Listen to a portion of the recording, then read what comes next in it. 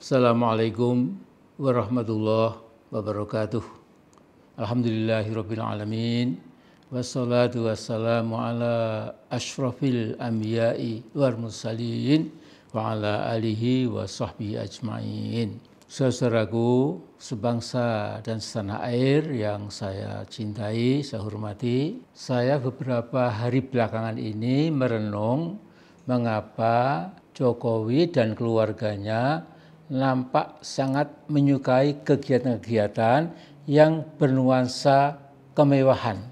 Bahkan sangat mewah untuk ukuran rakyat Indonesia yang rata-rata kehidupannya sangat sederhana. Nah, tanpa harus melihat angka kemiskinan bangsa Indonesia dari tahun ke tahun, kita bisa melihat kantung-kantung kemiskinan baik di kota-kota maupun di daerah pedesaan. Di Jakarta, silahkan masuk ke gang-gang sempit di perkampungan Jakarta Barat dan Jakarta Utara. Maka kita segera melihat kemiskinan, kekumuhan, bau got yang mampet dan menyengat hidung. Juga ibu-ibu yang menggendong anak kecil sambil berjalan menggandeng tangan anaknya yang lain. Sang ibu, sang anak, dan si bayi terlihat kurus, kerempeng, jelas karena kurang makan dan kurang minum. Tapi jangan salah menyimpulkan. Di kota Solo, tempat kelahiran saya dan juga kelahirannya Pak Mukidi, dan di Jogja, tempat saya hidup sekarang, kalau kita sudah masuk ke perkampungan di kedua kota itu, pemandangan mirip Jakbar dan Jakut sami mawon. Bedanya bau got menyengat tidak ada di Jogja dan Solo. Nah, kira-kira saya yakin di seluruh perkotaan dan pedesaan di Indonesia, Nusantara, ya semuanya, pemandangan yang menyedihkan itu akan kita jumpai dengan sedikit perbedaan di sana-sini. Karena itulah saya selalu merasa marah setiap kali menonton di layar TV adegan-adegan Jokowi yang gerudak-geruduk di berbagai konferensi internasional, pasti menyuguhkan musik, tari-tarian, dan ratusan artis yang megal-megol, bahkan menteri-menteri yang ikut melantai sambil ketawa cengengesan. Entah berapa kali sejak IKN dibangun sejak tahun 2022, Jokowi selalu membawa ratusan penyanyi, pemusik, penari, dan lain-lain. Untuk berpesta pura, seakan-akan Indonesia negara yang sudah makmur, mendadak ratusan pekerja dikerahkan untuk membuat panggung seni dengan atap terpal seluas ribuan meter persegi, sekian hektar. Nah, kemudian makan mewah bersama sambil cengengesan, dan ada menteri yang lupa diri sampai bersweet-sweet ya, seperti remaja belasan tahun. Ini menyedihkan dan membuat marah rakyat kecil kita. Yang sangat mengherankan, apakah Sri Mulyono atau Mukidi ya, tidak sadar bahwa berpuluh-puluh juta rakyat Indonesia yang masih miskin papa melarat melihat adegan-adegan serba mewah Jokowi itu pasti benci dan marah. Berjuta-juta pengendara Grab, Gojek, Maxim, dan lain-lain, dan puluhan juta penjual soto, bakso, nasgor, bakmi, dan lain-lain masih hidup di bawah garis kemiskinan. Nah, kalau sudah datang musim hujan, Masya Allah, hidup mereka lebih sulit lagi. Juga puluhan juta buruh dan petani kecil kita tetap merupakan lapisan bangsa yang paling bawah. Kita sepenuhnya paham bahwa mereka, lapisan bawah yang saya yakin berjumlah lebih dari 40%, mereka yang termasuk low middle class atau low and under class, benar-benar marah pada Sri Mulyono atau Sri Mukidi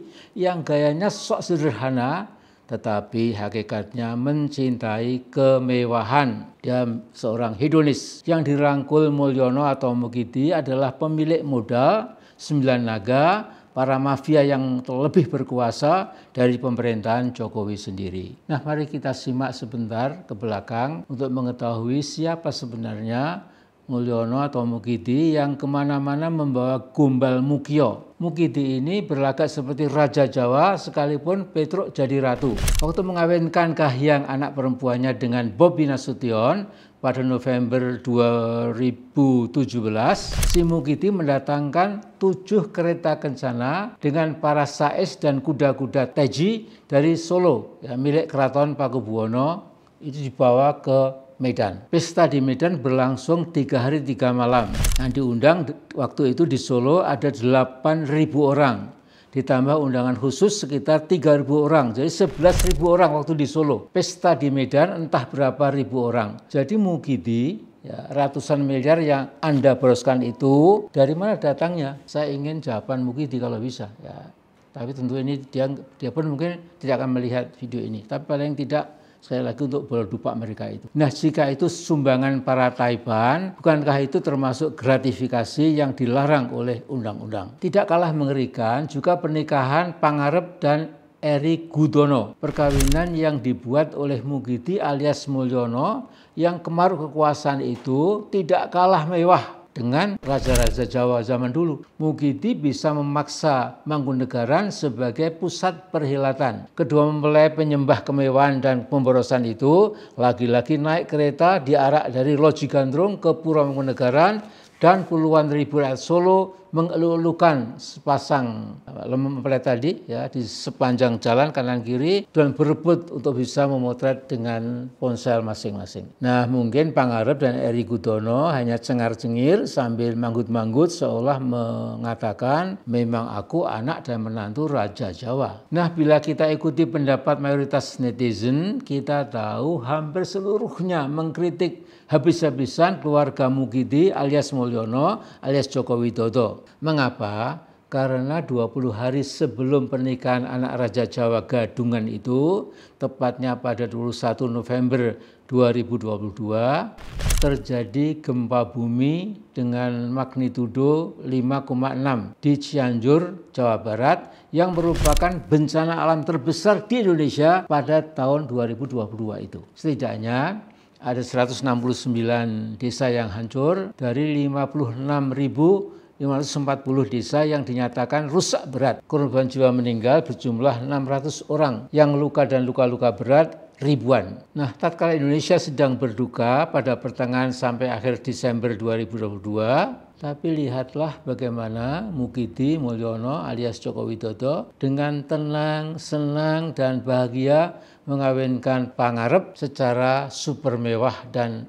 ugal-ugalan. Jadi saudara-saudaraku sebangsa tanah air yang saya cintai, saya hormati, ini Mukidi alias Mulyono alias Jokowi memang seorang hedonis. Hedonis adalah seseorang yang cinta dan kerasukan segala kemewahan dan kesenangan atau pleasure dalam bahasa Inggrisnya. Pleasure lidah, mata, tangan, hati, kulit yang menimbulkan kenikmatan sesaat. Hedonis tidak punya nurani dan tidak pernah merasa salah. Jadi money, abundance of sex, luxury, and fame adalah 4 pusaran pokok dalam hidupnya. Di sini Al-Quran menggambarkan mereka seperti binatang ternak, bahkan lebih sesat. Saya bacakan di surat Al-A'raf ayat 179, Allah berfirman, A'udzubillahi minasyaitonirrajim. وَلَقَدْ ذَرَأْنَا لِجَهَنَّمَ كَثِيرًا مِنَ الْجِنِّ وَالْإِنسِ لَهُمْ قُلُوبٌ لَا يَفْقَهُونَ بِهَا وَلَهُمْ أَعْيُنٌ لَا يُبْصِرُونَ بِهَا وَلَهُمْ آذَانٌ لَا يَسْمَعُونَ بِهَا أُولَئِكَ كَالْأَنْعَامِ بَلْ هُمْ أَضَلُّ أُولَئِكَ هُمُ الْغَافِلُونَ. Artinya kurang lebih, dan sungguh akan kami isi neraka jahanam, kami itu Allah ya, akan mengisi neraka jahanam banyak dari kalangan jin dan manusia. Mereka memiliki hati tetapi tidak dipergunakannya untuk memahami ayat-ayat Allah, dan mereka memiliki mata tetapi tidak dipergunakannya untuk melihat tanda-tanda kekuasaan Allah. Dan mereka mempunyai telinga ya, tetapi tidak pernah mendengarkan ya, ayat-ayat Allah. Karena itu mereka seperti hewan ternak, bahkan lebih lagi. Mereka itulah orang-orang yang lalai. Jadi ulaika kalan'am balhum adall ulaika humul ghafilun. Sementara itu kalau kita melihat hadis yang sudah disahihkan oleh Syekh Al-Albani, yaitu hadis riwayat An-Nasa'i, Tirmidzi, dan Ibnu Majah, ya, itu berbunyi sebagai berikut. An Abi Umar annahu qala kuntu ma'a Rasulillah sallallahu alaihi wasallam fajahu rajulun minal ansori fasallama 'ala nabi tsumma qala. Jadi ini Ibnu Umar itu suatu ketika berada di sisi Rasulullah sallallahu alaihi wasallam, kemudian ada seorang lelaki dari kalangan Ansor yang menyalami Nabi, kemudian dia berkata, wahai Rasulullah, siapakah di antara orang mukmin itu yang paling afdal, yang paling utama? sempurna. Kemudian Nabi menjawab ahsanuhum khuluqan. Jadi yang paling afdol, paling sempurna itu adalah orang yang paling bagus akhlaknya. Kemudian qala fa'il mu'minina aqyas. Kemudian dia bertanya lagi, jadi di antara orang mukmin itu siapa yang paling cerdas? Qal aktsaruhum lil mauti dzikra wa ahsanuhum lima ba'dahu isti'dadan ulaikal aqyas. Jadi orang paling cerdas menurut Rasulullah itu ada orang yang paling banyak zikirnya, ingatannya kepada maut yang pasti akan datang, ya. Kemudian orang itu juga paling sempurna, katakanlah sudah betul-betul menyiapkan diri untuk menyongsong kedatangan maut kapan saja. Ulaika al-aqyas, mereka itulah orang-orang yang cerdas. Nah, jadi saudara-saudaraku, saya ingin menambah sedikit ketika saya melihat gambar si Bahlil yang sambil entah baca di ponselnya, atau agak kurang jelas ya, tapi di sampingnya itu adalah beberapa botol minuman keras. Dan Pak Roy Suryo, ahli telematika, itu sudah menjelaskan kita bahwa itu betul-betul memang Bahlil, yang kebetulan juga Bahlul ya, itu betul-betul yang sekarang ini jadi alat ketiplaknya Raja Jawa, hidupnya seperti itu. Salah-salah dia terkena tadi